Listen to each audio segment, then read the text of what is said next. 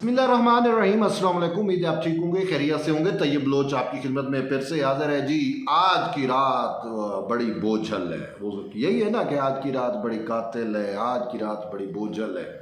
तो ये वाकई रात बड़ी बोझल है और इस्लामाबाद में क्रैकडाउन शुरू हो चुका है। ये यूथड़ी जो क़यादत है, तहरीक इंसाफ की क़यादत, उसकी पकड़ धकड़ जो है वो शुरू हो चुकी है और उनको पकड़ा जा रहा है। बहुत सारे रहनुमाओं को पकड़ भी लिया गया है, जिसमें बैरिस्टर गौहर है, शुएब शहीन है और इसके साथ साथ जो है वो जो जिसका वो डिलाग बड़ा मशहूर हुआ था कि बढ़ गया, क्या नाम है उसका, वो मरवत साहब, शेर अफजल मरवत, वो हैं। और ये भी इतलात आ रही हैं कि वो जो कल गिलाजत भरी ज़बान, नशे में गिलाजत भरी ज़बान जिसने इस्तेमाल की, अली अमीन गंडापुर, उसको भी सुना है कि वो गिरफ़्तार हो चुका है, लेकिन अभी कन्फर्मेशन नहीं आए। कुछ कह रहे हैं भाग गया, लेकिन ख़बर ये आ रही है कि गिरफ़्तार हो गया और वो माफ़िया तलाफ़ियाँ भी मांग रहा है। जो कल धाड़ रहा था, धमकियाँ दे रहा था, जिसके मुंह से कल गिलाज़त टपक रही थी, जिसने कल सहाफ़ियों को, फ़ौज को और ख़वातीन को, जिसने ये जो है ऐसे अल्फाज इस्तेमाल किए और ये सारा कुछ जो है उसने इस्तेमाल किया, जो मतलब गलीज़ ज़बान इस्तेमाल की, उन सब की पकड़ धकड़ जो है वो शुरू हो चुकी है। और अभी मज़ीद भी गिरफ्तारियाँ होंगी आज कल। अब तकरीबन 15 रहनुमा हैं तहरीक इंसाफ के। महमूद खान अचकज़ई भी, वो बेचारा भी इसी उसमें रगड़ा जा रहा है और साफ ज़रा उसको भी रगड़ा तो मिलना चाहिए, लेकिन उसमें बरह रास्त उसका कसूर नहीं है। अब कसूर क्या है, वजह क्या है? देखें, बहुत सारे लोग अब ह्यूमन राइट्स के लोग होंगे जी, इंसानी हकूक़ की खिलाफ वर्जी हो गई। कुछ यूँ कहेंगे कि जी ये देखें जी, जरदारी और नवाज शरीफ की मौजूदगी में पार्लिमान के सामने से इनको गिरफ़्तार कर लिया गया, ये वो। लेकिन बात यह है कि जो भी कानून की खिलाफ वर्जी करता है ना, उसकी पकड़ होनी चाहिए और यही कुछ है। अगर आप कानून पर अमलदारी चाहते हैं तो जब तक आप कानून पर अमल दरामद नहीं करेंगे, उस वक्त तक जो है वो मामलात भी बेहतर नहीं हो सकते। अब हुआ क्या है, देखिए, बड़ी सिंपल सी बात है।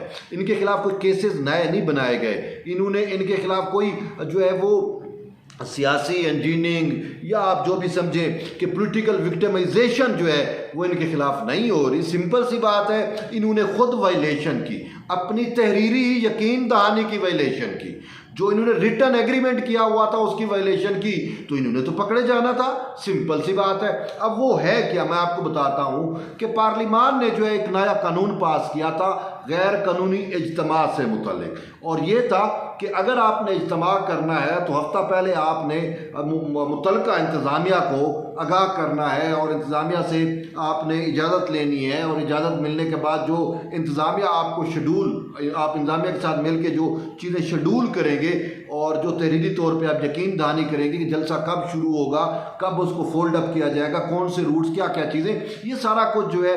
अब इसकी फिर अगर कोई खिलाफ वर्जी की जाती है, यानी कि जो आपने तहरीरी यकीन दहानी करा दी, जो आपने इंतज़ामिया के साथ मिल बैठ के जो चीज़ें तय कर ली, अब तय करदा चीज़ों से अगर आप इनहराफ करेंगे तो फिर आप पर जो है वो 3 साल की कैद है।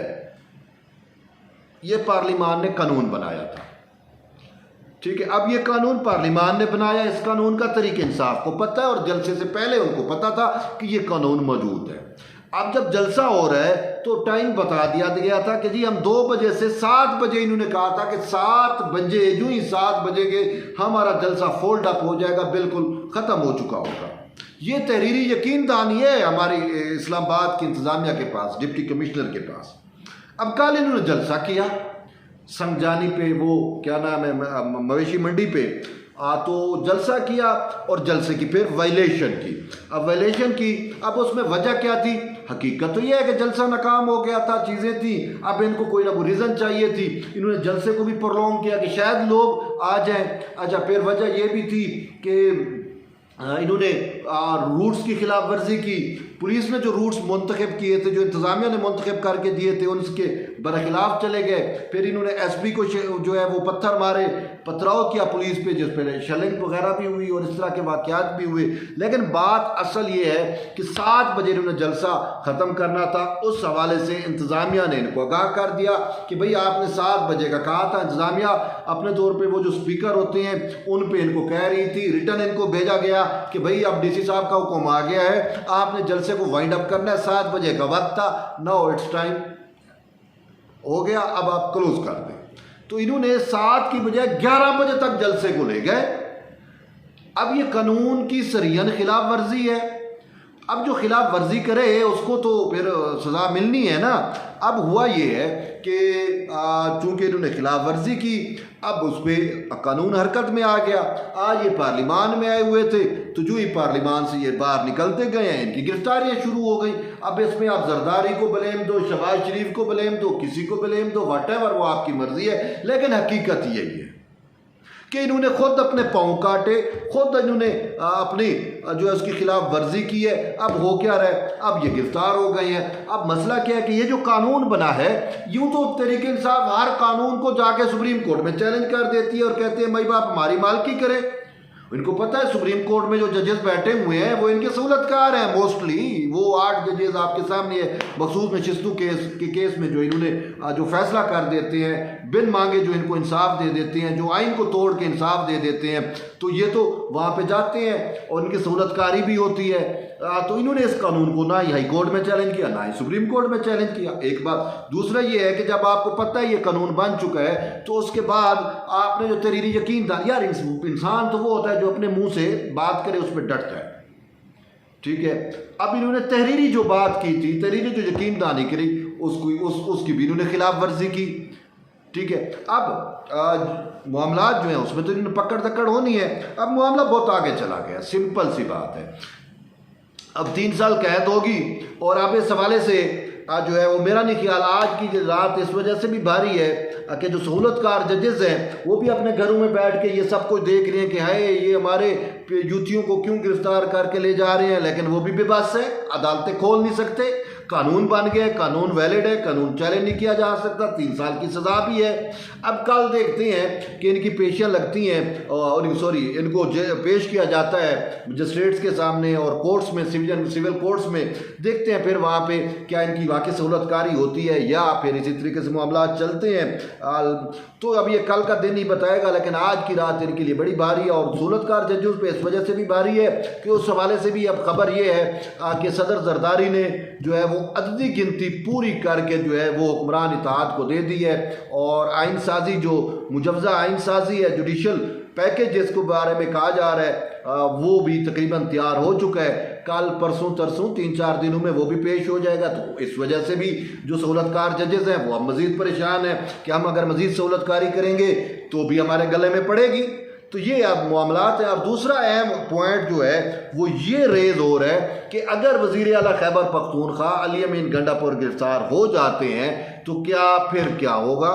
फिर तो क्राइसिस जो डेवलप हो रहा है खैबर पख्तूनख्वा में उसको कैसे हैंडल किया जाएगा गिरफ्तारी के बाद। अब ये तवक्को की जा रही है कि हो सकता है फिर गवर्नर राज लगा दिया जाए। होता तो ऐसे है कि यार सूबे को वज़ीर आला के बगैर तो नहीं छोड़ा जा सकता, ठीक है। और जब भी वज़ीर आला अगर सूबे में नहीं है, बाहर चला गया है, तो जो गवर्नर होता है वो उसके फ़रज़ सर अंजाम देता है। बेआईनी जिस तरीके से यहाँ पे मामलात चलते हैं, वफाक में भी यही होता है। तो यूँ जो है वो गवर्नर जो है वो राज भी लगाया जा सकता है। अगर ये कन्विक्टेड हो जाता है, इसको सज़ा हो जाती है, तो फिर गवर्नर राज का रास्ता ओपन हो जाएगा। अब सूबे को तो खाली नहीं छोड़ा जा सकता ना। गवर्नर राज की मुझे तो ये लग रहा है कि गवर्नर राज भी लग सकता है अगर इसकी सज़ा लंबी हो गई, अगर ये कन्विक्टेड हो गया, अगर इसको सज़ा हो गई तो ये वैसे भी नहल हो जाएगा। चीज़ें ऐसी हो जाती है। अब बहरहाल आपको भी पता है जब सज़ा हो जाती है तो सज़ा हो जाएगी तो नहल हो जाएगा, सिंपल सी बात है।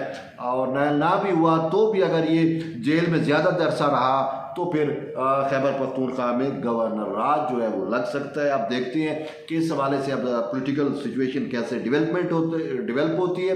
लेकिन एक चीज़ बड़ी वाज़ेह है कि अब फैसला कर लिया गया है कि अब इनको नहीं छोड़ना, क्योंकि इनकी ज़बान भी जो है उससे भी गिलाज़त टपकती है, ठीक है। अब ये आज़ाद थे, लेकिन आपको पता है अली अमीन गंडापुर ने जो कल वाहियात वाहियात ज़बान इस्तेमाल की, मीडिया के बारे में, सहाफ़ियों के बारे में, ख़वातीन के बारे में, मरियम औरंगज़ेब के बारे में जो इसने घटिया ज़बान इस्तेमाल की। फिर उससे बढ़ के जो है इसने जिस तरीके से फ़ौज को मूरद इल्ज़ाम ठहराया दहशतगर्दी का और वो सारा कुछ, कल वो खारजियों का दिफा कर रहा था और फ़ौज के ख़िलाफ़ जो है वो ज़बान दराजी कर रहा था, गिलाज़त फैला रहा था। तो अब ऐसे लोगों को जो है वो ज़रूर इनको तो फिक्स होना चाहिए। तो अब देखते हैं ये